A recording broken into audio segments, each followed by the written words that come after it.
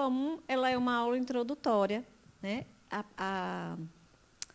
É uma aula que traz o que é o espiritismo, né? Para a gente ir entendendo, porque assim, o ciclo 1, ele tem como os temas de cada aula, os temas básicos do espiritismo, né?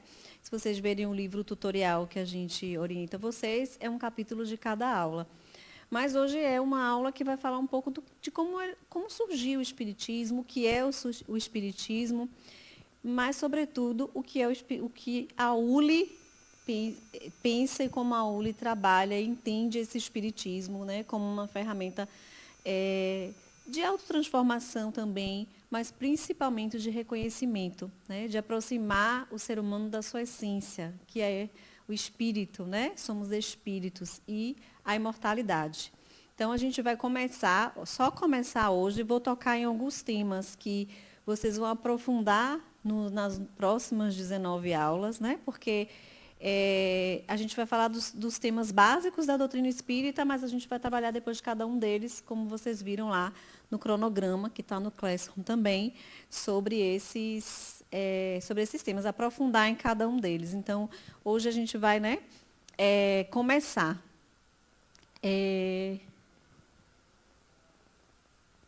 Tá dando... Ah, conseguiu. Se não conseguir, eu vou tocando aqui. Está piscando, né? Vamos ver. Senão, eu vou tocando aqui com eles até ajustar.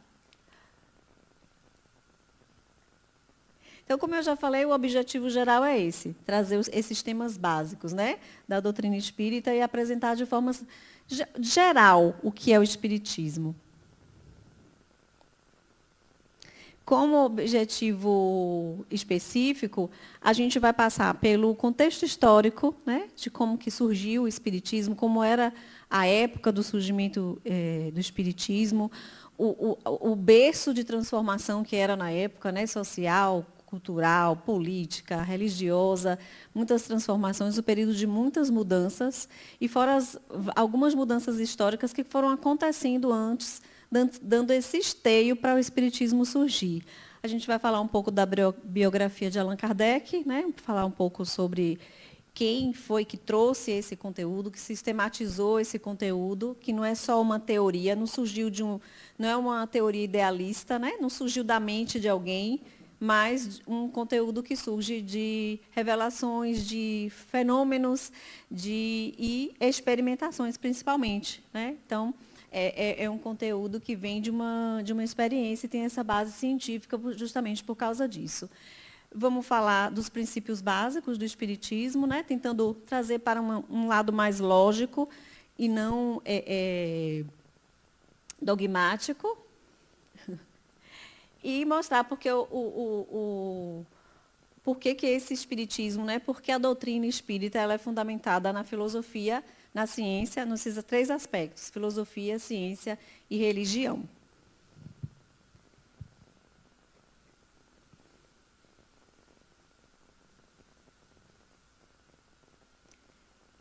Para começar, eu queria ouvir vocês, né? Para vocês, qual é o entendimento de vocês do que seja o espiritismo?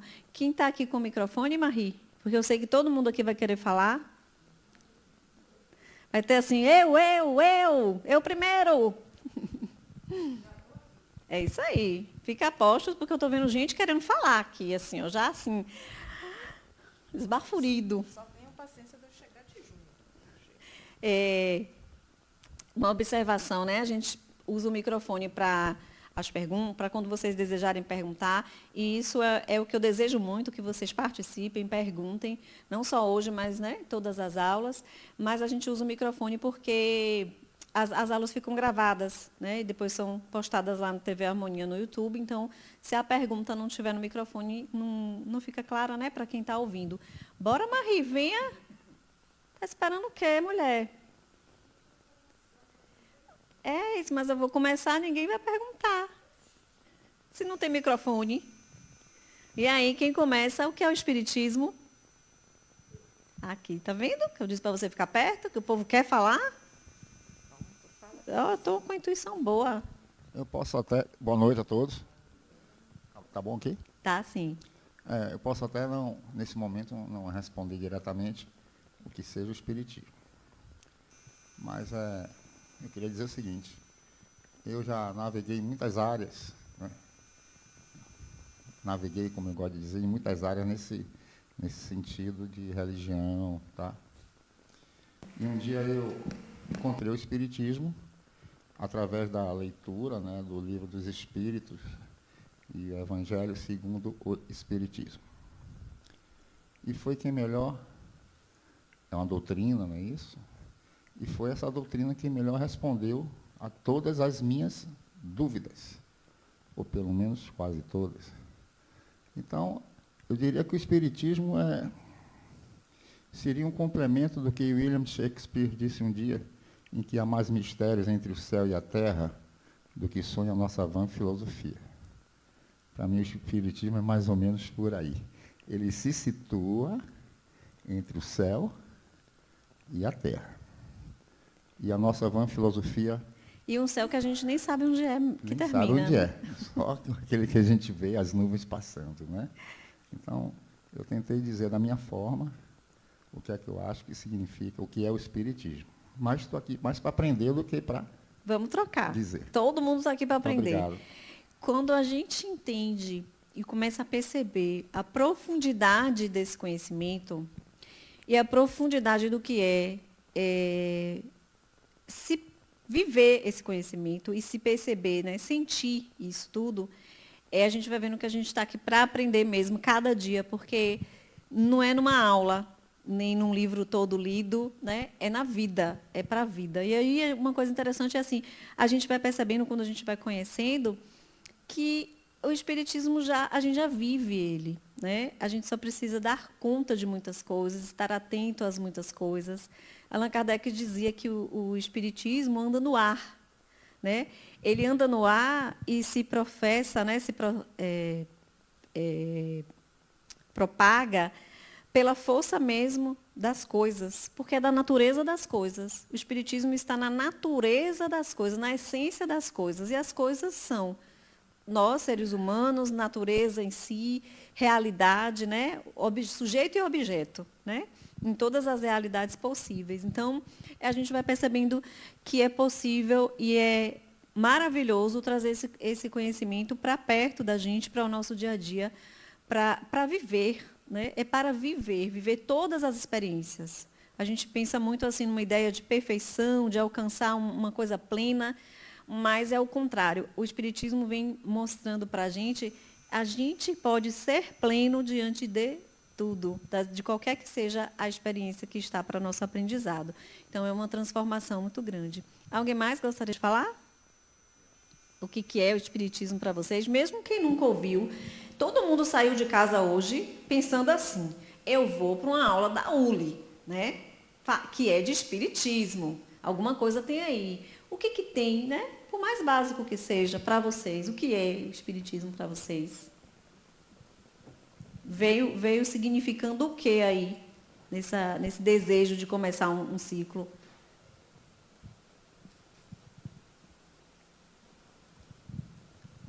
Eu vejo como acreditar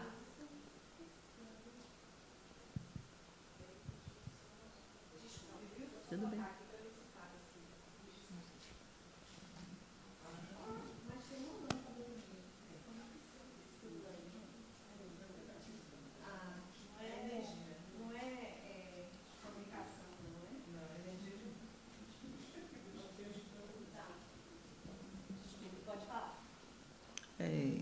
Eu me perdi um pouquinho, mas tipo assim, a gente sempre fica naquela, né, aquela sensação do outro lado, o que acontece depois da morte, né?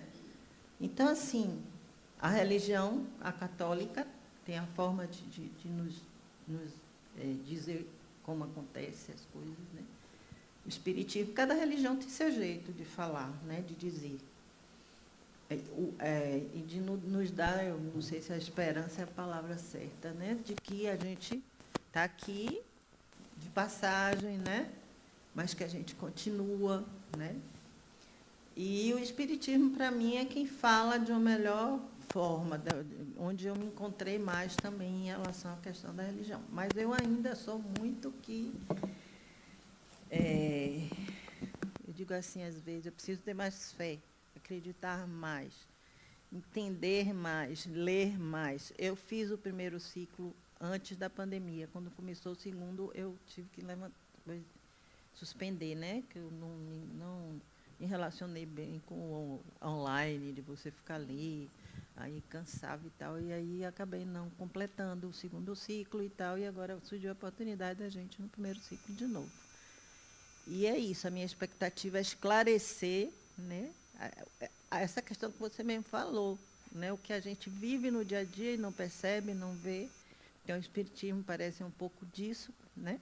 Coisas que a gente tem, coisas que a gente se pergunta, poxa, porque eu mesmo pergunto muito, por que uma criança já nasce sofrendo? É uma coisa que eu nunca consegui entender, né? Criança, o que é que ela fez? Porque, né, tem que sofrer tanto. Então, para mim, ainda é conhecimento, é aprender, e tem muito a ver com essa questão do outro lado, da existência, né? E tem muitas questões aqui que eu vi no primeiro ciclo, para mim, que eu nunca imaginava, né? As questões das áureas, de muita coisa aí que vocês vão falar, que nós vamos ouvir aqui, né? E que explica, né, mais ou menos. Então, eu me identifico mais com elas. Uhum. Pronto. Então, vai ser interessante, porque a senhora vai aprender que não tem um lado de lá. Existe uma vida do espírito, esteja no plano material, no plano espiritual, que é uma conexão única, né? Que é uma vida contínua, né? Então, a gente vai aprendendo até isso, vai mudando até esses conceitos que a gente tem de que a vida na matéria é uma coisa e aqui na matéria a gente está se preparando para algo melhor no espiritual. Não. É só uma continuidade. E todas as duas existências têm, né, a riqueza do aprendizado. E é uma continuidade, não é um salto, não é uma mudança de anjo ou demônio, né, de céu ou de inferno, mas uma continuidade. Então, a gente vai entendendo que existe uma vida, que a gente aqui costuma falar muito assim, vida maior, né? Que é essa vida conectada entre esses dois planos. E aí tem uma outra pergunta. Para que serve, né? Para que serve? Para que vocês acham que servem, né? Qual a utilidade na vida de vocês de pensar, aprender sobre o Espiritismo? O que vocês acham?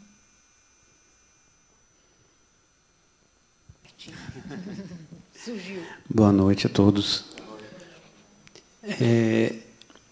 Ainda entrando pela primeira pergunta, eu estava aqui refletindo sobre o que é o Espiritismo e,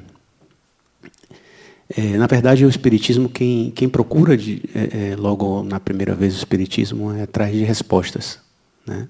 A gente tem muitas dúvidas em relação ao plano físico, espiritual, né? E isso vai permeando várias religiões, né?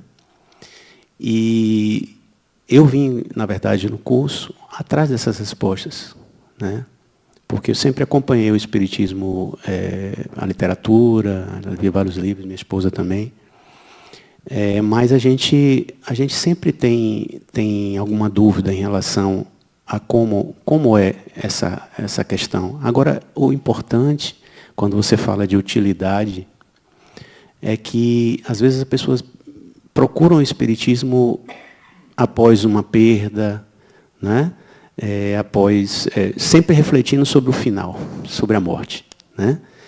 Mas, na verdade, o que eu percebo, e que algumas vezes eu já participei de alguns grupos, o Espiritismo ele não tem utilidade somente para a gente falar da transição, né? Ele incentiva a ajuda, ele incentiva o amor, incentiva as pessoas a se ajudarem, a gente ajudar as pessoas mais carentes.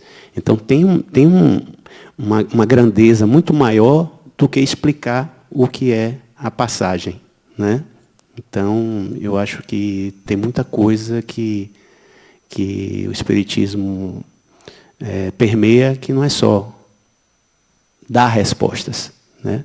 É por isso que eu acho que a questão da palavra doutrina ela é muito bem empregada, né? Porque é uma doutrina de vida, né? Doutrina de como viver com amor em relação às pessoas, em relação aos relacionamentos. Boa noite. Boa. Então, também vou fazer o mesmo gancho, mais ou menos que o colega, pegando a primeira pergunta e a utilidade. No meu ponto de vista, assim, também por leitura, alguns textos que eu já li, a impressão que eu tenho do que é o Espiritismo é essa comunicação do que se trata esse mundo espiritual. Então, ele foi codificado, foi traduzido, né, por Allan Kardec e por outros, para que a gente pudesse ter a noção de que existe esse outro lado. Né, e a utilidade também é perceber que somos todos espíritos. Né, e que, encarnados ou desencarnados, somos todos espíritos. Então, assim, é entender que, como você mesmo disse, que não existe um lado de cá nem um lado de lá. É que tudo está permeado por espíritos e que somos espíritos e estamos em constante evolução para tudo isso.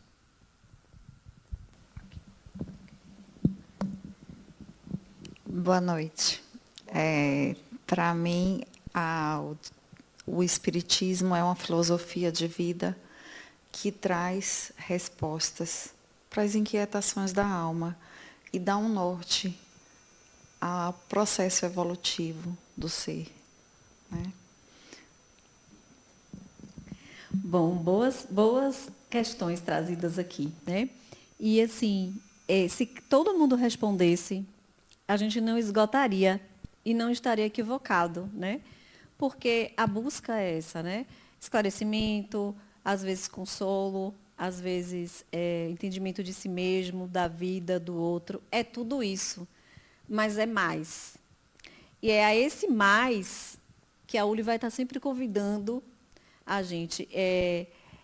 Às vezes a gente pensa assim, vai trazer quietude, paz, às vezes vai trazer incômodo, às vezes vai trazer inquietude para a gente querer mais.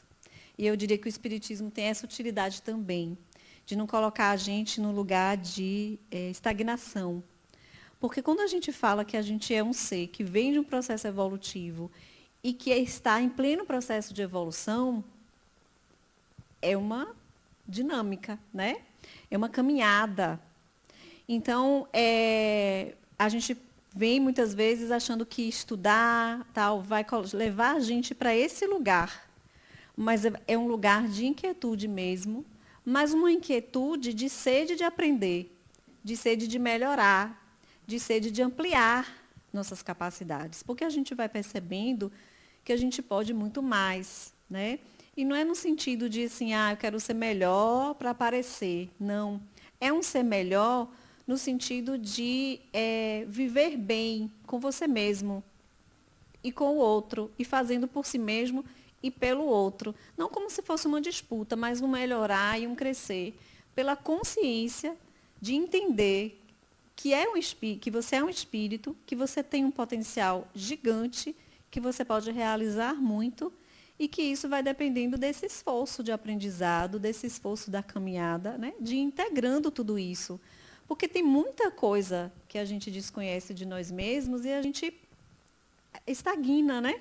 Então, o Espiritismo tem esse papel, né? De promover para a gente esse impulso, entender, principalmente, que a gente compreenda e tenha consciência de sermos espíritos, da imortalidade e desse potencial transformador que nós somos, né?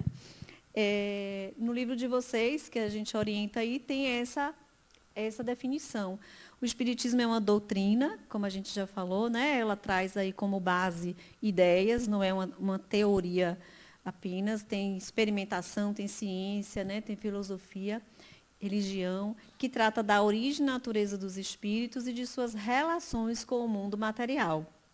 Seu foco básico é a natureza espiritual do ser humano. Só esse pedacinho aí foco básico, é a natureza espiritual do ser humano. É uma chave para a gente ampliar esse entendimento do que é o espiritismo, porque não é só acreditar que eu vou reencarnar, não é só acreditar pensar que a morte não existe, né? Porque assim, na experiência ela existe do corpo, né? Do que esse personagem aqui que está aqui vivencia, experiencia na vida, né? A vida traz experiências de morte, seja de cada um de nós em relação ao nosso processo do morrer, seja em relação às outras pessoas que vão e a gente vê, né, do nosso convívio. Então, assim, não é só pensar, não existe morte, mas é entender a natureza disso, a essência de ser esse espírito, de viver esse processo que é cíclico, né, e de estar apto e entendendo tudo isso, né, trazendo para o seu dia a dia. Né? Não que a gente não possa, que a gente vá ter... eu atendi uma pessoa que ela disse assim, ela estava se culpando por ser espírita e estar sofrendo porque perdeu um filho, porque ela achava que por ser espírita ela não podia sofrer, porque se o espiritismo diz que existe, a vida continua, então ela estava num processo de culpa. E eu disse a ela, aonde, né, que a gente aprendeu que a gente não pode sentir por uma perda, né? Então, não é por aí, né, de achar que a gente encontra consolo em tudo, mas entendimento e uma consciência de viver a experiência sem sucumbir a ela, né? Mas a gente vai vivenciar essa experiência sabendo que não é fácil, né? A gente não pode colocar num lugar de que nada, é um espírito, né? A gente precisa colocar tudo isso ali, trazer para a experimentação. Então, o espiritismo, quando a gente fala dessa natureza, a gente tem que pensar assim, porque assim, o ser humano, quando a gente lê a história, lê a ciência, lê a filosofia, a gente vê uma busca intensa de se encontrar, mas buscando aonde? No externo, né? Estudando o universo, estudando a alquimia, estudando os fenômenos da natureza, aí vem a religião e diz que é a religião que explica, vem a filosofia e a gente quer inverter e achar que é naquela filosofia, mas o convite que o Espiritismo faz é inverter, né? Partir para interpretar a vida e as experiências da essência para a matéria, e não da matéria respondendo o que é a essência. Né? Não é aquilo que acontece que vai me dizer, né? Mas é quem eu sou, o espírito, né? Essa essência, essa natureza interna. Então, o Espiritismo acaba trazendo e estando envolvido em tudo que diz respeito a nós. Né? Porque se ele é da natureza da essência, a essência está em tudo. Está na criação material, na interação da gente com esse processo, com o viver, com tudo que a gente cria, né? E vive e experimenta. Então, a gente pode pensar e olhar para tudo que a gente quiser ir viver e experienciar com esse olhar de espírito. Então, quando a gente olha a morte com o olhar de espírito, a gente vai experienciar com mais leveza, talvez vai sofrer menos, mas a gente vai saber que vai viver uma experiência difícil. Né? Quando a gente tiver tem uma questão de relacionamento, quando a gente tem uma questão, que qualquer que seja ela, se a gente olhar como uma experiência, de um espírito vivendo a experiência, a gente vai ampliar a visão, vai ter um universo maior de possibilidades e de entendimento dessa experiência, do que se a gente pensar que a gente é uma matéria tentando chegar na essência, né? Sendo o contrário, querendo chegar numa salvação, num ser pleno. Né? Nós já somos esse ser pleno. O Espírito é luz. Né? A gente precisa transportar isso para o externo, né? Para as nossas experiências e para a nossa vida. Então, o Espiritismo ele surgiu em 18 de abril de 1857. Essa data é um marco. Quando a gente fala de espiritualismo, a gente tem datas muito, muito, muito anteriores. Né? O espiritual está nos povos mais primitivos, está no livro da Bíblia, está em várias outras religiões.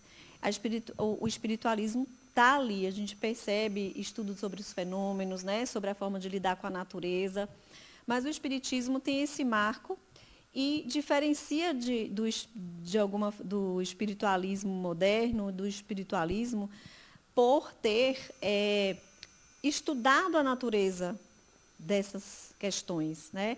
Ter entrado nessa natureza dessas questões, explicando que não é algo sobrenatural, né? Consegue explicar como isso acontece, para que acontece, de uma forma que torna natural, né? Porque é da essência, sem ser algo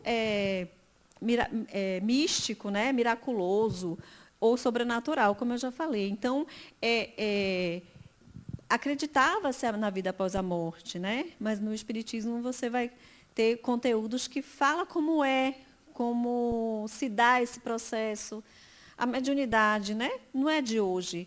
E aí o que acontece? Com o estudo do espiritismo, ele sistematizou tudo isso. Então, o espiritismo, ele traz, a gente fala assim de uma um conhecimento revelado pelos espíritos, né? Trazido pelos espíritos, não é uma teoria que veio da mente de alguém, né? Vem da experimentação também, mas, acima de tudo, pensar que esse conhecimento traz em seu conteúdo explicações para fenômenos, explicações para tantos fenômenos e eventos que já aconteciam e que deu início a esse espiritualismo. Então, a diferença, né, acaba sendo nisso, e tem esse marco, que é o 18 de abril de 57, que é o lançamento do primeiro livro, o Livro dos Espíritos, que a gente vai ver na sequência aqui, um pouquinho mais à frente. Então, o marco do espiritismo, né, é essa data.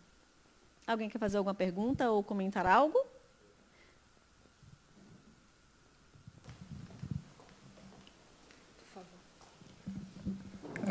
Eu estou correto ao pensar que o espiritismo e sua codificação partiu a partir daquelas experiências com as mesas girantes? Okay. Começou ali, vamos Okay. falar aqui agora. Tá bom, obrigado. Só passar pelo contexto histórico, mas a gente vai chegar lá. Começou ali. Foi vamos dizer assim, oi, eu estou aqui. Toque, toque, toque. Toque, toque, toque. Então, quando a gente pensa o contexto histórico, e por que falar do contexto histórico, né? Eu falei um pouquinho no começo.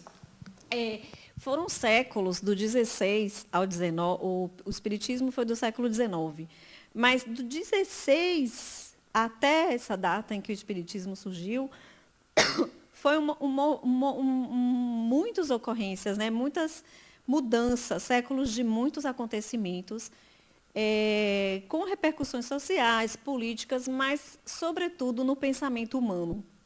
Então, é importante a gente entender, né, como que foi um terreno que já vai sendo arado, né, preparado, um solo, para que as ideias surjam e também, né, cheguem de forma que esteja embasado. E aí a gente entende o quanto, olhando a linha histórica, é a evolução do próprio espírito, né, que vai evoluindo, ampliando sua consciência e ampliando essa capacidade de compreender. Né?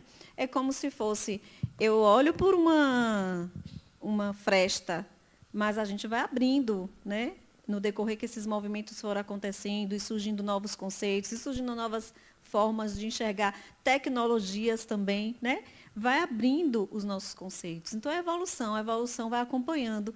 E é interessante entender nesse processo, né? Essa evolução acontecendo e permitindo novos conhecimentos chegarem e também, né, e ampliando o conhecimento.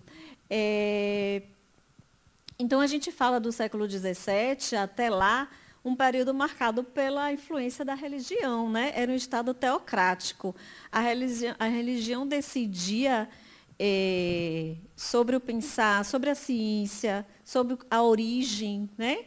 Ele ditava o conhecimento nessa época e cerceava também, porque era um domínio total daquilo que a gente deveria pensar, comportar, né?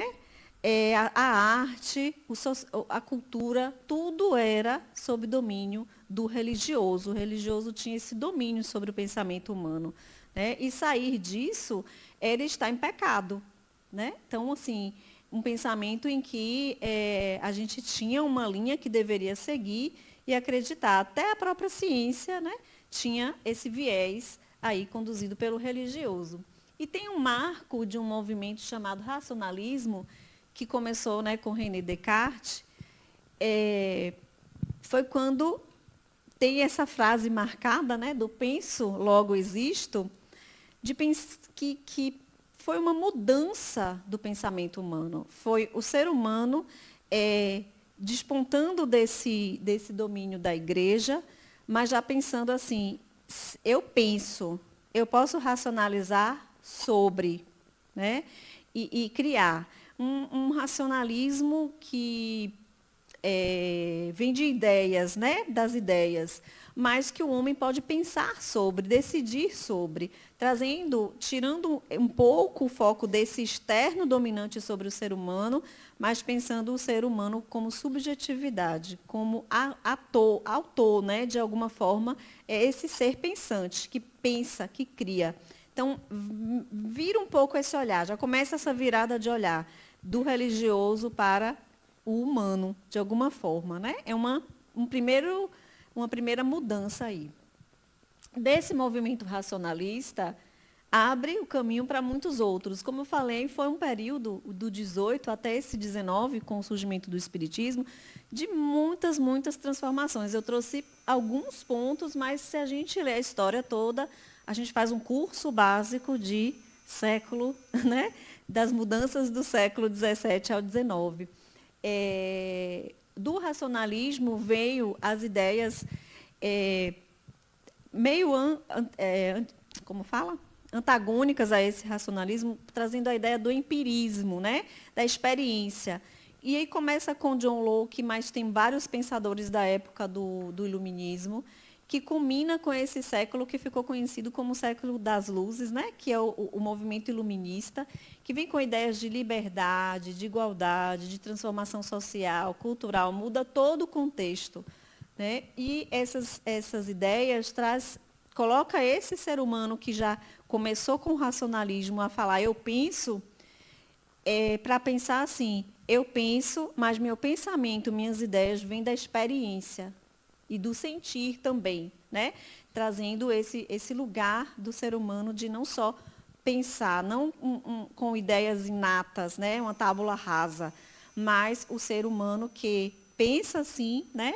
Mas ele é na experiência que ele se constrói, né? Que ele cresce, amadurece, vive e experimenta. Então, vem mudando essas ideias de não ser só esse racionalismo aí intuitivo. E fora o movimento iluminista, que traz todas essas transformações, e é um período longo, né, do século, tem o positivismo, de Auguste Comte, que é o início das ciências, né? É um olhar também para essa experimentação, para a ciência dando lugar a esse religioso, que dominava tudo, mas a ciência também respondendo, explicando, né, de forma, através do estudo das coisas da natureza, né, mesmo ainda sendo uma época em que era muito mecanicista e não voltada muito para o religioso, mas são formas, né, de amadurecimento do social, da construção do conhecimento. Então, é a ciência surgindo, né? E a gente vai vendo que, para o Espiritismo, foi importante esse surgimento das ciências nesse período também, né? Que deu embasamento para as pessoas que estudaram e estruturaram esse Espiritismo, tiveram, né, base nesses novos conhecimentos que vão surgindo aí nesse século. É uma época também que surgem as ideias socialistas, né? O Manifesto Comunista de Karl Marx e Friedrich Engels. Então, assim, eles trouxeram mais um movimento que promovia a busca do ser humano pela sua liberdade, né? Da classe operária e tudo mais, mas também do domínio da igreja, colocando esse religioso como ópio, né, que cerceava o conhecimento. Então, assim, era um século onde fervia isso. Ideias, né, em vários pontos diferentes, porque são movimentos diferentes, mas todos num caminho assim. Olha o ser humano, né, abrindo o seu caminho aí, né, e esse religioso, de alguma forma, deixando de ser esse lugar de poder sobre tudo, né? Até porque foi um período pós o quê? Da Idade Média. Como é, gente? Ninguém estudou história? Inquisição, pós-Inquisição, né? E é uma época em que a Europa ficou mais avessa a esse religioso também. Então, todos esses conhecimentos foram tomando lugar, né? Lugar de crescer e de se proliferar.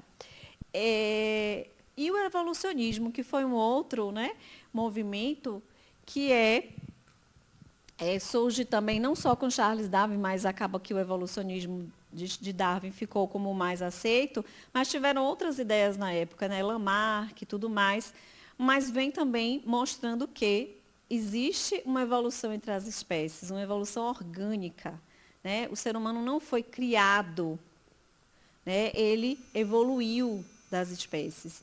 Tudo isso traz, né, bases contra o religioso, que estava ali naquele momento, né, tinha aquela força até então, e de alguma forma foi meio que ruindo toda essa força que tinha, né, do religioso sobre o ser humano, com ideias de ciência, trazendo, né, do processo evolutivo do ser humano, da hereditariedade, já trazendo outros aspectos e outros pontos, né, a serem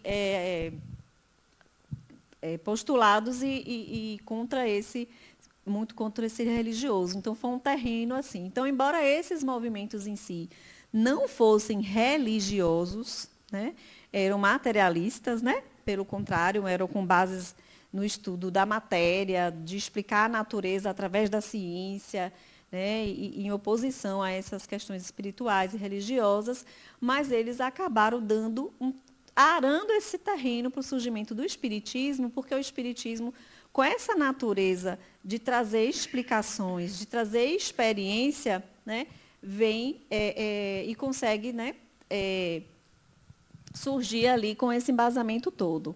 Então, quando a gente fala desse movimento todo aí acontecendo na sociedade, tem um caminho, que aí agora vem a pergunta de Cid Nelson, não é isso? Seu Cid Nelson. Tem um outro caminho aí, porque, assim, todos esses movimentos que a gente falou ali, históricos, a gente fala de ideias, né? De teóricos trazendo ideias. Mas um movimento paralelo também acontecia do espírito. O espírito mostrando para que veio. Porque todos os marcos, né, desse espiritualismo que foi sendo construído até o surgimento do espiritismo foram de fenômenos. E os fenômenos são quem? Os espíritos, né? Trazendo, dizendo, eu estou aqui, né? Então, é uma revelação que vem do próprio espírito, não foi da ideia de alguém, né? Não foi uma ideia que surgiu da cabeça de Kardec de que existe espírito. Foi do fato, né? Fatos que foram experimentados e foram, né, de alguma forma se tornando um conteúdo muito contundente, muito coerente e que até hoje, né, está bem tem um assoalho muito forte. Um deles foram um movimento chamado dos quáqueros ingleses no século XVII. Alguém já ouviu falar? Eles eram conhecidos como tremedores. Foi um movimento na Inglaterra, em oposição à Igreja Anglicana, onde alguns, né, iniciado por George Fox, eles pensavam que o ser humano ele não precisava de um intermediário para se ligar a Deus. Então, nos cultos, nas reuniões, eles faziam experiências em que todo mundo tinha essa experiência de conectar com esse divino. E nessas reuniões surgia o transe, né, mediúnico, da mediunidade. eles associavam ao Espírito Santo, não se falava em mediunidade, mas eram momentos, eram reuniões cheias de experiências nesse sentido, que já mostrava essa mediunidade, né? Esse espiritual se manifestando. E eles migraram da Inglaterra para os Estados Unidos, e esse movimento também foi, né, muito conhecido, ficou muito conhecido no período, e onde eles fundaram a cidade da Pensilvânia, o estado, né, da Pensilvânia. E isso foi no século XVII. No século XIX, tem um outro fenômeno que também ficou muito conhecido, de Hydesville. Alguém já ouviu falar? Já? Todo mundo dormindo? Não, né? Nunca ouviram falar? Das irmãs Fox? Então, a cidade, o lugar onde elas viviam, né, Hydesville, em Nova York, no estado de Nova York, 3 irmãs que moravam um casal e 3 filhas, e dentro da casa começou a acontecer pancadas, né? E uma dessas meninas, acho que a mais nova, se eu não me lembro agora, ela começou a interagir com essas pancadas, depois todas elas, né?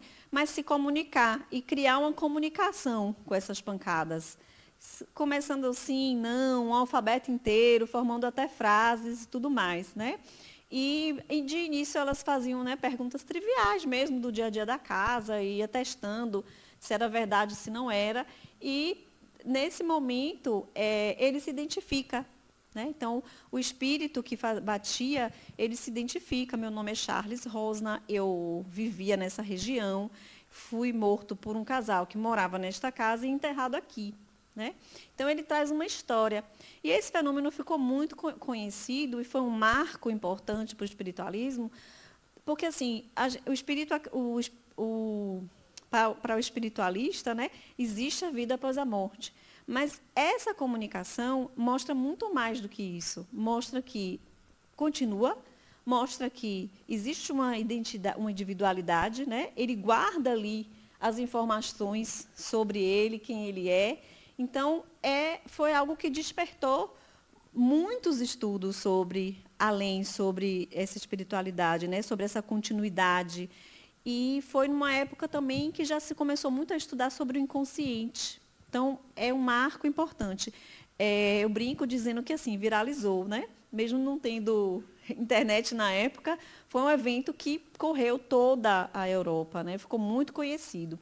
E, tempos depois, eles foram demolir a casa e não acharam no solo, né, a alçada, mas acharam a alçada entre as paredes. Foi uma parede falsa. A pessoa foi enterrada em pé numa parede falsa, construída. E assim, né, deu-se esse marco do espírito ali se manifestando e se identificando. Né? Então, isso é muito importante para início para um marco do estudo do espírito. Né? E o fenômeno das mesas girantes, que foi o marco realmente do espiritismo, né? Porque foi quando esse fenômeno começou a acontecer em 1805, um pouco antes de 1853. 1853 foi quando Kardec começou os estudos, né, até 57. Mas as mesas girantes foi um fenômeno similar no sentido de revelação e fenômeno. Né? As mesas começaram a se movimentar nos salões onde aconteciam os grandes eventos, em Paris. E, nesses movimentos, as pessoas começaram a interagir com a mesa e fazer a mesma coisa que as meninas fizeram, perguntas, estabelecer um código de respostas, né? E que, a princípio, não chamou a atenção, mas numa oportunidade que Kardec viu o fenômeno, chamou a atenção o fato de ter coerência. Né?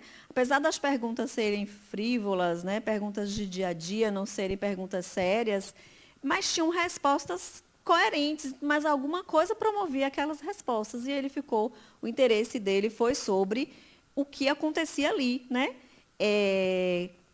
Magnetismo, era alguma coisa, o que movia aquelas mesas. Né? Então, foi assim que ele começou todo um estudo, toda uma seleção, todo um trabalho que ele... daí surge o primeiro livro, que foi o que eu falei, que é o marco do Espiritismo, né, que é o Livro dos Espíritos, com um sistema de perguntas e respostas, enviados para vários médiuns diferentes, lugares diferentes, e essas perguntas similares. Então, assim, preocupado. Olha só, assim, como é interessante que ele tenha a veia da ciência, né? Porque ele pegou aquele fato e transformou numa experiência, né? Num experimento, numa pesquisa realmente, em estudo, porque ele não só fez todo esse trabalho de juntar perguntas e respostas, mas promoveu muitos estudos sobre o tema e formar o que a gente hoje tem todo no primeiro livro, que é esse livro, né, do Marco, que é o Livro dos Espíritos. Então, foi o primeiro a ser lançado, né? Então, as mesas girantes acaba sendo o marco nesse sentido, por ter chamado a atenção. Não foi o fenômeno em si que fez o surgimento do Espiritismo, mas foi o marco que chamou a atenção para que, atrás daquelas perguntas, né, o que acontecia ali. E aquilo que eu falei no início, de entrar na natureza das coisas, né? Então, foi isso que Kardec fez. Ele foi entrando na essência daquilo que acontecia ali, né? Sem ser curiosidade no sentido do que aquilo, que eu quero para mim, mas no sentido de o que acontece aqui, o que é isso, por que essa mesa movimenta, o que você faz para essa mesa movimentar, o que você faz para como é que acontece, né, todos esses fenômenos, que foi depois, que foi quando ele fez também o segundo livro, que é o Livro dos Médiuns. Então, é todo esse estudo, né, e essa base científica vem aí desses estudos promovidos entre vários médiuns, espíritos de vários lugares, né, e várias pessoas de várias áreas do saber. Então, quem foi Kardec? Quem foi Allan Kardec? Que a gente já falou tanto nele aqui. Deixa eu só pegar uma aguinha.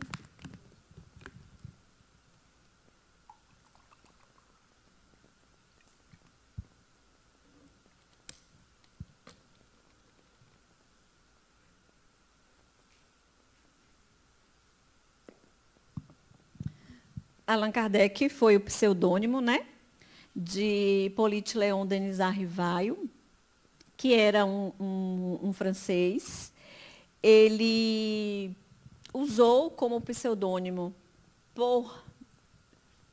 era um educador, já tinha materiais publicados em nome dele, né, para não dar sua autoria à obra, né, e o nome foi uma sugestão por ser um nome anterior dele, né?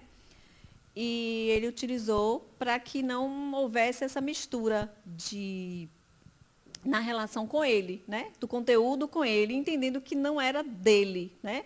E sim revelações trazidas pelos espíritos. Ele nasceu na França em 1804, estudou na Suíça, né, na área da educação, foi discípulo de Pestalozzi. Com 21 anos, ele volta para Paris e ele funda uma escola. Então, quando ele começa os estudos do Espiritismo, ele já tinha uma carreira sólida na área da educação, publicação de livros desta área, de gramática, né, tradutor, ele falava várias línguas. Era casado já com Amélie, Gabrielle Baudet. Quem assistiu o filme dá uma ideia, né, bem legal assim, do momento e de como aconteceu. E, em 55, ele começa, né, o trabalho de observação e experimentação, e em 57 ele publica o primeiro livro. Então, assim, a obra é vasta, né? A gente fala do Pentateuco, né? Muito fala assim, o Pentateuco espírita, mas a obra é muito vasta. Então, o primeiro livro foi o Livro dos Espíritos. Aí, o Livro dos Espíritos, ele traz a filosofia, né, a parte filosófica, fala da natureza do espírito, da imortalidade da alma, né, da relação do espírito com a natureza, da relação entre os mundos. Vários aspectos são abordados nesse primeiro livro. O segundo livro foi o Livro dos Médiuns. O Livro dos Médiuns, ele traz um conteúdo muito bom, rico demais, né? A gente tem muitas obras espíritas que falam da mediunidade, mas o Livro dos Médiuns, ele é técnico, muito bom para quem quer entender a mediunidade, porque Kardec entra mesmo com os espíritos, né, de como cada coisa acontece, E é interessante que, enquanto médios, enquanto pessoas, enquanto espíritos, entender o que se passa, né, tira isso de um lugar de miraculoso, de sobrenatural, de místico, né? E às vezes até de exaltar, né? Que a gente pensa, o médium, né? Traz isso para um lugar de naturalidade, de naturalizar o fenômeno, de naturalizar a importância do fenômeno nas nossas vidas. Então, ler o livro dos médiuns é muito importante, muito interessante e de uma riqueza assim que você só complementa com outros livros, mas para mim ele ainda é o livro que mais entrega, sabe, no sentido de explicar mesmo cada tipo de mediunidade, cada tipo de fenômeno, como é a interação naquele momento do ambiente, do espírito e das pessoas, né, envolvidas ali. É muito interessante. O livro O Evangelho segundo o Espiritismo, ele traz, né, os temas cristãos, traz os temas do Evangelho discutido e comentado ali pelos espíritos também. Então, não é trazendo o cristianismo para o espiritismo, mas os conceitos cristãos, né, a ética cristã.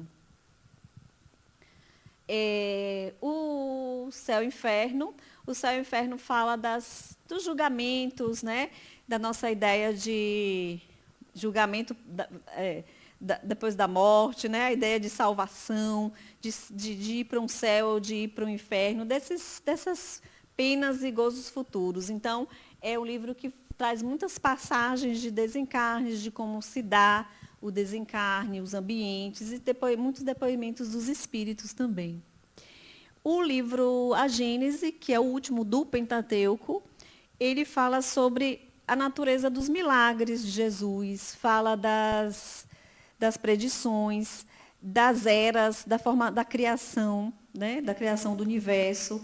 E é muito interessante também, porque quando a gente fala ali da ciência trazendo a evolução, e da explicação da evolução e do surgimento do espírito, a gente vai entendendo como tudo isso se processa junto no universo, como o universo e matéria e espírito caminham juntos no processo evolutivo. Então, assim, foi o livro que eu me apaixonei assim pelo espiritismo, foi a Gênese.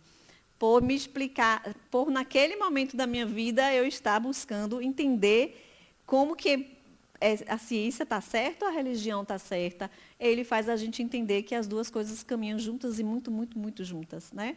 E que o espírito impulsiona a matéria. E aí a gente vai entendendo que toda a força do universo vem do espírito. E, por isso, não adianta a gente pensar que um conhecimento nega o outro, né? E a gente entende que entender sobre o espírito e entrar na natureza do espírito faz a gente entender que os conhecimentos ele complementam o outro, né? Se a gente entender com esse olhar lá do comecinho da aula, de espírito para o que está acontecendo.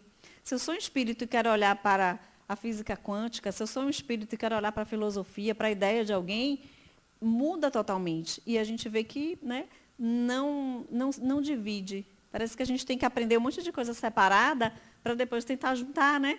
E aí, é isso que é interessante. Então, acho que na época foi o livro que fez isso comigo, me fez juntar um monte de coisas e compreender muitas coisas.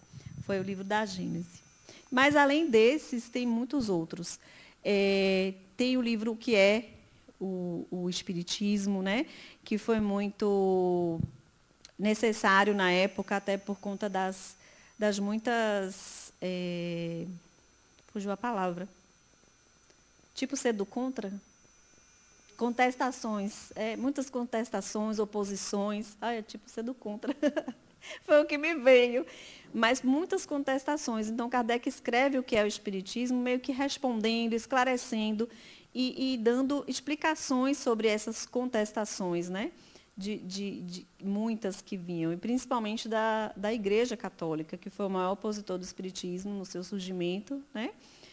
Chegando a queimar alguns livros na Espanha, numa praça pública na Espanha. E que fez o quê com o povo? Atiçou o quê? A curiosidade, né? Queimando o livro, opa, o que tem aí que estão queimando? A gente não é assim? A gente quer bem saber, né, o que estão tirando, quando está escondendo. Só desperta a curiosidade. teve as revistas espíritas, né, publicadas, e são muitos diálogos, trocas, né, entre outras pessoas que estudavam o espiritismo na época. Então, assim, tem muito material não publicado também, que depois foi surgindo, né, nesses materiais. Vou economizar vocês. Para facilitar o entendimento e dar um ordenamento ao estudo do Espiritismo, volte na tela anterior, slide anterior, por favor. Então, primeiro, o Livro dos Espíritos, né? Existe uma ordem ideal para que esse ordenamento para o entendimento do Espiritismo aconteça. Por exemplo, o Livro dos Espíritos primeiro, depois o Livro dos Médiuns, depois o Evangelho, depois o Céu e o Inferno e depois Gênesis. Essa seria uma ordem natural para ir lendo aos poucos, para chegar a ter um ordenamento bom de entendimento. É interessante, porque assim, Kardec era pedagogo e ele fez isso, né? Ele deu um encadeamento à obra espírita muito lógico. Ordenamento. Eu confesso que eu pulei a ordem, né? Mas ler todos é muito bom. Mas porque assim, chegar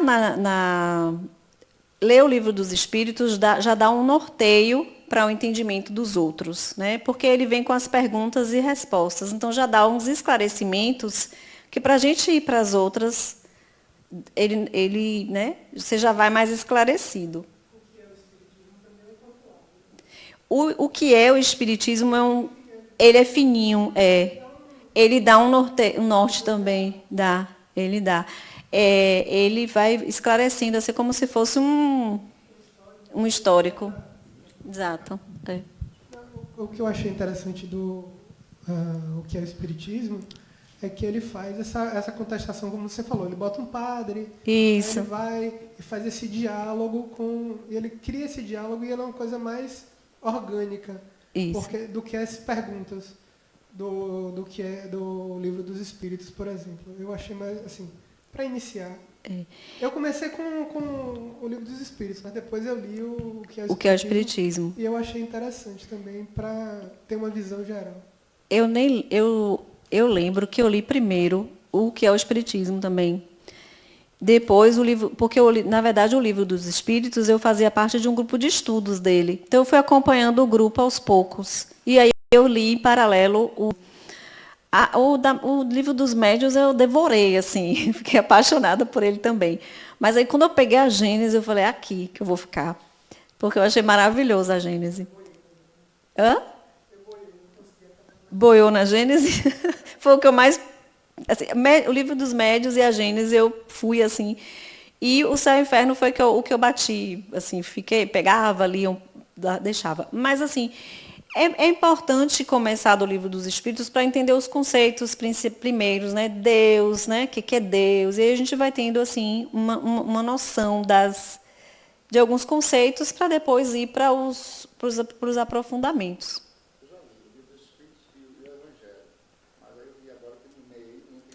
Não, mas aí não compromete, não. Não compromete, não. Porque o Evangelho é comentar as passagens, né? Aí ler o Livro dos Médiuns agora só vai complementar mesmo. Não tem nenhum prejuízo assim. Às vezes uma coisa vai complementando a outra. Eu não li na ordem. E ainda tinha a obra toda de André Luiz, né, gente? Que é enorme. E aí a gente quer ler tudo de vez, porque André Luiz ele entra, que vale a pena comentar, né? Os livros de Chico, que a gente vai falar aqui um pouco mais na frente, mas eles entram na natureza das coisas, explicando tão minuciosamente como acontece cada coisa, que a gente fica curioso e quer ler um livro atrás do outro. Então, assim, o Espiritismo é considerado uma doutrina, né? Um conjunto de ideias, e tem esse tríplice aspecto, ciência, filosofia e religião. O aspecto científico está na experimentação, né? Na observação dos fatos, principalmente na parte experimental da mediunidade. E que até hoje existem muitos estudos nessa área, né? De como se dá aprofundamento. na direção aí do entendimento, da glândula pineal, dessa parte orgânica, porque a mediunidade também, né, é uma predisposição orgânica, e a gente vai caminhando para a ciência muito nesse aspecto. É uma filosofia porque responde aquilo que a gente falou aqui no comecinho, que vocês falaram como utilidade, né? Traz um como, um onde, de onde, né? E um para onde. É o homem se questionando da sua natureza, né? E a filosofia é isso, é você questionar o para quê das coisas, o como as coisas acontecem, como as coisas acontecem e para que acontecem. Então, é um mergulho e também esse viés do filosófico aí, que está muito também no livro 1. Religião, ela se estabeleceu, o espiritismo se estabeleceu e se divulgou muito mais por esse aspecto religioso, né? Foi o que mais proporcionou essa propagação eu pensei que eu tivesse mudado, do espiritismo. E dentro a gente entende esse espiritismo enquanto religião pela sua proposta de integrar o ser humano ao divino, né? Saindo de um lugar de um divino que julga, que culpa, que cobra, né? Colocando o ser humano como uma proposta de integrar esse divino em si, né? De promover essa integração com o divino. Então, traz um conceito um pouco diferenciado dessa religião que coloca o Deus de uma forma punitiva, apesar de muitos conceitos cristãos, né, do cristianismo estarem muito enraizados no espiritismo, no sentido de religião e de moral, né, de bem e de mal. Então, assim, muitas heranças, nós temos no espiritismo heranças desse cristianismo que veio para o espiritismo também, né? Então, a gente pensa assim, aqui na ULI a gente vai trabalhar várias questões no sentido de abrir o nosso pensamento, ampliar a nossa consciência nessa relação com esse divino, com essa forma de enxergar, principalmente questões de culpa, de julgamento, né? de moral mesmo, mas trazendo esse olhar de eu sou espírito, né? E que essa relação com Deus ela é muito mais importante quando eu integro ela e conecto com esse divino. E como é o nome da senhora? Fátima. Dona Fátima falou no começo do interesse dela de acreditar. Então, vocês vão ouvir muito falar aqui na ULI que acreditar já ficou para trás, já não serve mais. É pouco acreditar em Deus. É um sentir, né? Sentir Deus. Então, é essa proposta de trazer o espiritismo, trazendo esse lugar de vida do espírito, né? Para essa conexão real com esse divino, que é o Criador, né? E que o que impulsiona o espírito, mas não num sentido punitivo, como a gente ainda vive e experiencia muito, não só por falas, que muitas vezes, né, nos levam a esse entendimento, mas até pelo nosso psiquismo sedimentado disso. Porque a gente, enquanto ser humano, enquanto ser que pensa, né, a gente tem no nosso arcabouço registros disso. Então, a gente tem uma mente que pensa assim, pensa com receio, com medo, com culpa, né? Que vem de nossas raízes, de nossas vidas passadas e de tudo que vem, né, sendo trazido desses vieses, do religioso, principalmente, impregnando. E a gente vai falar muito desses princípios espíritas sem esse dogmatismo, né? Mas trazendo de uma forma leve, de uma forma que a gente traga para a consciência desse viver, assim, de viver como espírito, ser algo que vem do seu processo de consciência e de evolução, e não de uma imposição, ou de um medo de ir para um céu, ou de ir para um umbral, né? De salvar, de ajudar para ser salvo, de fazer o bem aqui para ir para um bom lugar, né? Faça o seu bom lugar aqui, que certamente o seu bom lugar vai ser em qualquer lugar, né? Em qualquer... já que o espírito continua em qualquer dimensão. Então, saindo um pouco dessa dicotomia, né, desses julgamentos, e principalmente dessa ideia de bem e mal, que permeia muito ainda o nosso psiquismo. A propagação do espiritismo, o surgimento na França, né, na Europa, mas com um certo declínio e uma propagação imensa no Brasil. O país de maior quantidade de centros espíritas, né, hoje. Se eu não me engano, o segundo é Portugal, e a língua, né, favorece.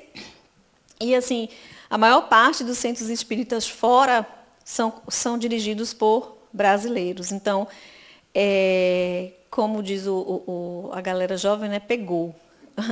O espiritismo pegou no Brasil. Vários aspectos, né, para a gente entender essa propagação aqui. A vinda do espiritismo para cá eram livros em francês, né? Então, um conhecimento que chegou para a elite, num país, numa época, né, ainda de mudanças e escravagista, ainda aquele processo todo, dessas diferenças sociais, né, imensas, né? Livros em francês era para quem era da elite brasileira, né? Mas esses livros vieram para o Brasil, eram estudados em reuniões. Tinha um jornal na época, eu me esqueci o nome do Ecos do Além-Túmulo, alguma coisa assim, e que trazia, né, os conteúdos espíritas e traduziam esses livros. E aí vem o fenômeno Chico Xavier, né? Porque Chico foi, assim, de uma importância imensa nessa pulverização, né, de trazer para um popular uma linguagem acessível, uma linguagem que era fácil de ler, né?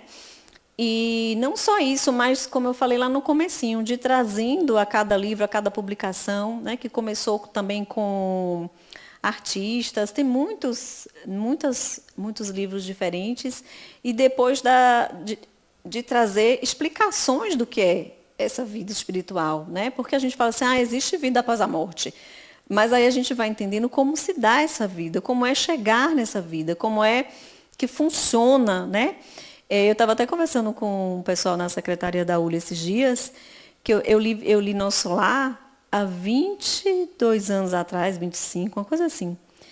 E hoje, quem lê, talvez não tenha tanta interrogação e tanta assim, porque hoje já existe celular, já existe falar com outro pelo Google, pelo Teams, pelo Zoom, né? Mas quando lá em Nosso Lar, quando eu li, não existia nada disso, mal celular. Celular era assim, raramente as pessoas tinham, ainda assim era só ligar, não tinha vídeo, tela, imagem, né? E aí lá em Nosso Lar já fala, né, das teleconferências, uma coisa assim. Quando eu li, eu falei, gente, parece coisa de Star Wars, né? Daqueles filmes de... Mas aí eu estava falando disso, quem lê Nosso Lar hoje já não vai ter o espanto, né? Era futurista demais, né? Para agora a gente pensar no ônibus voando, está tudo certo, né? As coisas. É interessante pensar, né? A evolução, né? A gente alcançando o que está num livro que há tanto tempo atrás parecia... quando eu acabei de ler, eu falei assim, gente, será que eu li um livro de espiritismo ou um livro de... Porque foi o primeiro livro espírita que eu li. Antes de ler, de vir para o centro, eu li esse livro. Eu falei assim, gente, parece coisa de ficção científica, mais do que de espiritualidade. Mas é isso, a obra de Chico traz muito esclarecimento, né? Não só sobre a natureza dos fenômenos, mas sobre a riqueza que é o universo, né? E essa vida que a gente tem em dizer do lado de lá, né? Essa vida que é a vida, né? Que é a nossa vida, a vida do espírito. E assim, um dos motivos também dele se propagar tanto foi para se preencher como uma religião, né? Não foi... Aqui na ULI, a gente tem uma proposta muito de trazer para, não só essa questão, né, da religião, mas para o estudo, para ir para essa coisa da ciência também, de entender o espírito como definição de ser humano, como utilizar isso de forma bem pragmática, né, na nossa vida, no nosso dia a dia, não sendo apenas mais um mecanismo, uma religião a mais para você se apegar para se salvar. Uma religião para você se pegar para achar que, né, que está se livrando ou para se consolar, né, mas para ser um aprendizado contundente também, transformador na vida, todos os dias, em todas as nossas experiências. E o outro fenômeno que também contribuiu muito para isso aqui no Brasil é a própria miscigenação, né? A gente tem uma mistura muito, né, espiritualizada, vamos dizer assim, porque os povos indígenas lidam com essa questão da natureza, né, com muita tranquilidade. E já está no DNA. O povo africano também, né, tem essa relação espiritualizada com a natureza, com a vida, com a forma de lidar com esse espiritual. E aí é muito mais fácil essa experiência, uma mediunidade não ser algo de tanto estranhamento, né, para pessoas e povos que já lidam ali com essa mediunidade de alguma forma, né? Então, tudo isso proporcionou aí essa divulgação muito grande, muito intensa aqui no Brasil. E o português, a miscigenação, a mistura do índio, né, indígenas, africanos e do português. E, se eu não me engano, Portugal é o segundo lugar de maiores centros também, segundo país, se eu não me engano. Então, a gente pode falar, né, que o Espiritismo passou por essas fases, que inicia lá com os estudos experimentais. Aqui só um breve resumo. Os estudos experimentais, que foi um período muito importante, de muita pesquisa, né? E, assim, por mais que o conteúdo não tenha sido trazido por Kardec, a gente não pode negar a importância do conhecimento que ele tinha na época, do viés, né, de ciência que ele já trazia como estudioso, pedagogo, para realizar essas experiências, trazer uma coisa com uma universalidade que a própria ciência propõe, né, numa pesquisa, num estudo, e realizar, né, todas as reuniões e experiências que foram para entender os fatos. A divulgação, né, e nessa época de divulgação, a gente passa, quando a gente lê a história do Espiritismo, a gente vê como os fenômenos aconteciam na época, né? Hoje, se a gente pensar, é raro um fenômeno de materialização, né? São mais raros, mas existem períodos em que isso acontecia incessantemente, né? E é um período que está ali, ó, o nome já diz, era para divulgação, era a época do ter que ver para crer. E a gente fala muito, né, da mudança, dessa mudança e dessa necessidade hoje da gente sair desse ver para crer, né, e não só na razão, mas pelo sentir. Então, vocês vão ouvir muito isso de que o mais importante é sentir-se, né, e todo o começo é nesse sentir-se espírito. Olhar para você mesmo e pensar, eu sou um espírito, né? E não assim, existe um espírito, os espíritos, né? Ou meu espírito, como um monte de gente aqui ainda fala, né? Meu espírito, ele não é seu, ele é você, eu sou, né? Então, essa mudança de linguagem aí. Aí tem essa mudança para o Brasil, né, que se propagou e tem toda essa popularização, a consolidação. Então, hoje a gente entende que não existe mais essa necessidade de provar, né? Eu estou rindo porque eu me lembrei, né, de um amigo que ele falou assim, só morrendo, né? Só morrendo. Então, morre que você vai ver se existe ou não existe. Mas é uma necessidade que, quando a gente estuda, e é interessante porque a gente parte... eu outro dia fiz parte de um grupo de estudo que o pessoal do NUPS, eles lançaram um livro, né, Ciência da Vida Após Morte, e fazem trabalhos em universidades. Eu participei de um grupo com eles e pense num aprendizado. No dia, quem mais me fez pensar foi o ateu. Gente, ele tinha tanto embasamento teórico, tanto, mais tanto, mais tanto, que eu falei assim, gente, ele sabe explicar tudo. Eu sei explicar assim, o porquê eu acredito, né? Porque assim, eu acredito por quê. E aí eu fiquei refletindo muito, assim, fazendo uns testes comigo, tipo assim, por que reencarnação? Por quê? Para quê? Para quê? E fui me testando em relação ao conhecimento. E é muito interessante a gente pensar isso, né? Porque às vezes a gente entra entra, absorve uma teoria, toma para si como uma verdade. Mas aí eu fui entender o significado do sentir. E como estudar, questionar, experimentar na sua vida, no seu dia a dia, naquilo que você vive mesmo, vai fazendo essa crença e chegar nesse lugar de sentir. Né? Um dia um aluno falou assim, mas Laísa, como que eu vou sentir Deus? Eu falei, gente, se tivesse uma receita de bolo, né, a gente botava lá no Instagram, ó, 5 passos para sentir Deus. Mas é um exercício do sentir Deus, do se sentir espírito. É igual amar, né? A gente não tem como falar assim, né? Amar, você faz isso, isso e isso, que você vai amar, né? É experiência. Mas é muito interessante a gente pensar que a gente começa trazendo para perto, olhando aquela teoria, se identificando com ela e questionando ela também, né? Se questionando, prestando atenção em você e nas suas posturas, nas suas atitudes. E aí, quando você vê, as coisas estão acontecendo. E aí você pensa assim, é muito maior. É muito maior do que crer, né? É algo que faz a gente sentir. E sentir faz toda a diferença, né? Então, é essa atualização que a Uli convida a gente a fazer a todo momento, a viver esse sentir. Sentir-se espírito é o começo. Porque primeiro é preciso sentir essência. Sentir você, né? Para ampliar a compreensão dos outros sentidos, sentir Deus, do amor, da vida maior, dessa conexão. Né? Então, a gente pensa e convida, né, nesse sentido. Já não basta mais a fé raciocinada. Raciocinar só é pouco. É importante? Mas é pouco. A gente precisa dar passos. E quando a gente fala aqui na ULA em atualizar esse espiritismo, e o desafio também é esse, é a gente sentir tudo isso, né? E em busca desse integrar. Os princípios básicos do espiritismo.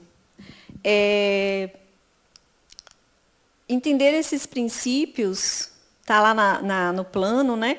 De forma não dogmática. Então, quando a gente fala da existência de Deus, é um pouco do que eu já falei. Não é só crer em Deus ou temer Deus, né? Como um ser que está me observando para me analisar e me julgar se eu estou certo, se eu vou para o céu, se eu não vou para o céu, né? Para me fazer pagar por algo. Mas é sentir Deus. E aí a gente vai perceber, vocês vão ter a aula que vem, né? Que o tema é Deus. Como a nossa ideia de Deus molda como a gente é na vida, né? E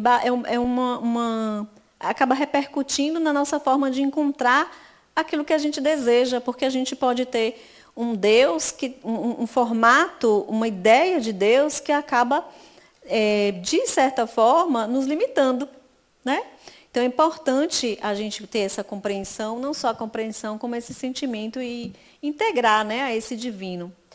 A existência dos espíritos, então a palavra existência ali a gente vai tirando, cortando ela e pensando, eu sou um espírito, porque não é uma questão de acreditar que o espírito existe, ou que o espírito, né, é aquele que aparece no centro e dá uma boa comunicação, a gente chama de mentor, ou está em um estado de equívoco ou sofrimento, a gente chama o pobre de quê? De obsessor.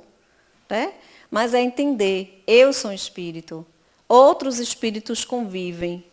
Alguns estão no momento mais, né, de um entendimento mais amplo da vida. Outros estão em momentos de sofrimento mesmo, né, de equívoco. Então, é entender que nós somos, né, e que esses equívocos também são em nós. Né? Então, é se colocar nesse lugar, sem esse julgamento. Né? E sem essa ideia de pegar, matou o diabo e colocou a culpa toda no pobre do espírito, que é um obsessor, que é ele que me faz o mal, né? E trazendo para esse lugar de convivência mesmo, né? Espíritos são pessoas.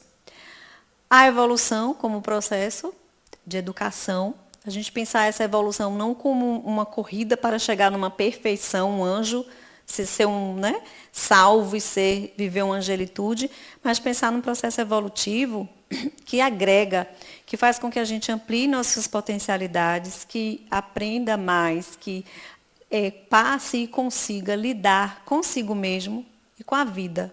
né? Essa é o propósito da evolução. Não é um lugar de perfeição e angelitude, mas um lugar de alcançar habilidades para viver bem, né? Para lidar bem com a vida e com os outros. A reencarnação como um fato importante nesse processo, né? É um fenômeno biológico que acontece, que é natural e cíclico para o ser humano, mas como uma ferramenta de evolução, de educação. Tirar essa palavra punição, né? Porque para muita gente, quando fala de reencarnação, ela fala assim, é que tem que voltar para poder pagar, né? Mas quando a gente estuda, e a gente faz primeiro, segundo, terceiro, quarto, é uma sequência. E a gente não faz o segundo ano porque tem que pagar algo do primeiro, nem faz né? Nem vai para uma faculdade porque tem que pagar algo que não aprendeu. A gente faz numa sequência. Então, a reencarnação é uma sequência de aprendizado. E a gente vai aprendendo e se educando com ela. Evoluindo.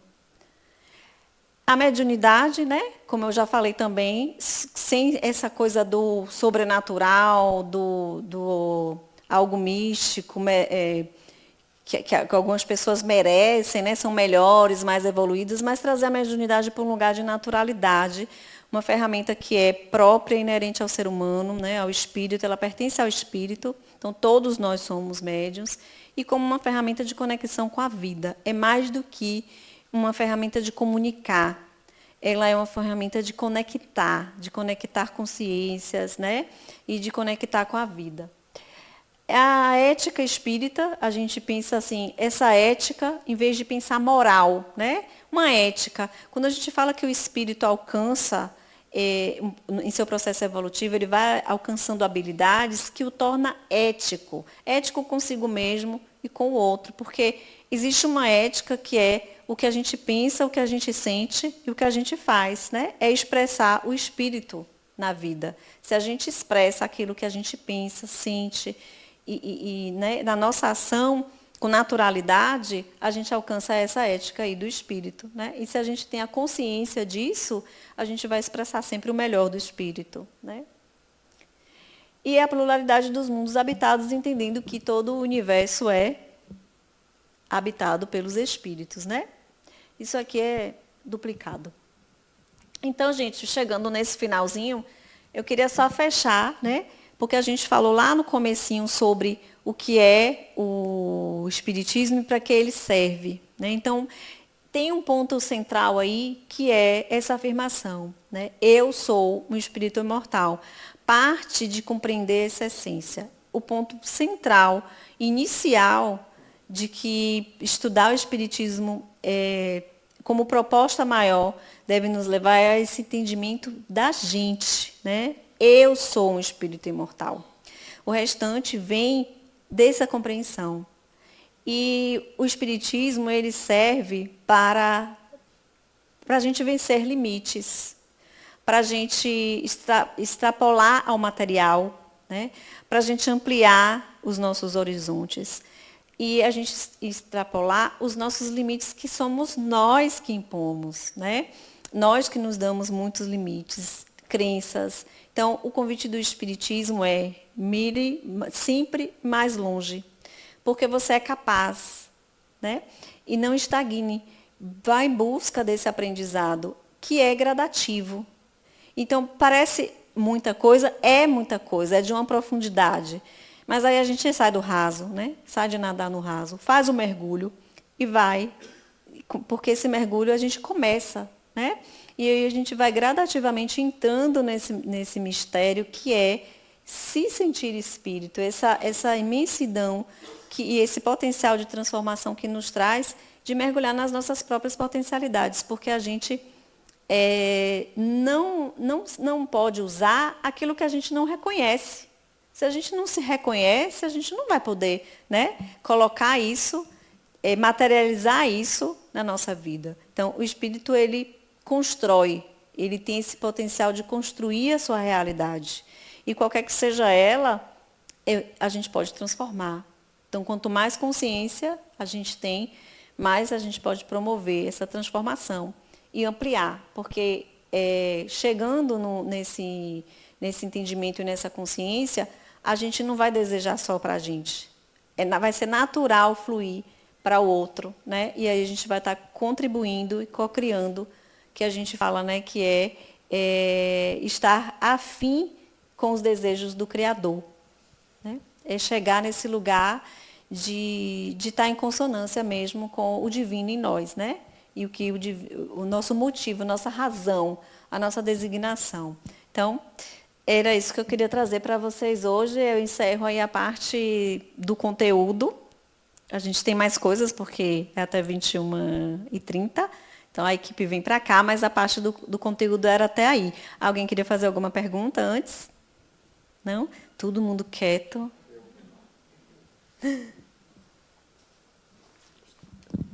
A contestação que houve contra o Espiritismo, ela veio mais forte através da Igreja Católica ou da ciência? Desculpa, foi culpa dele, do obsessor. A contestação, né? Ela foi mais forte contra o Espiritismo, né?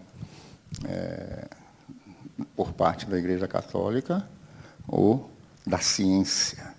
A ciência do físico, do químico, do matemático, que só acredita na matéria, na coisa que ele pode ver, que pode tocar.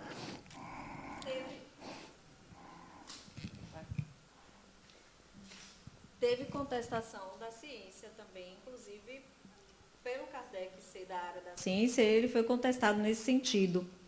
Mas o fato dele ter se expandido muito mais pelo religioso, o maior incomodado foi a Igreja Católica. Okay. O Espiritismo não atingiu um lugar de ciência tão intenso ainda.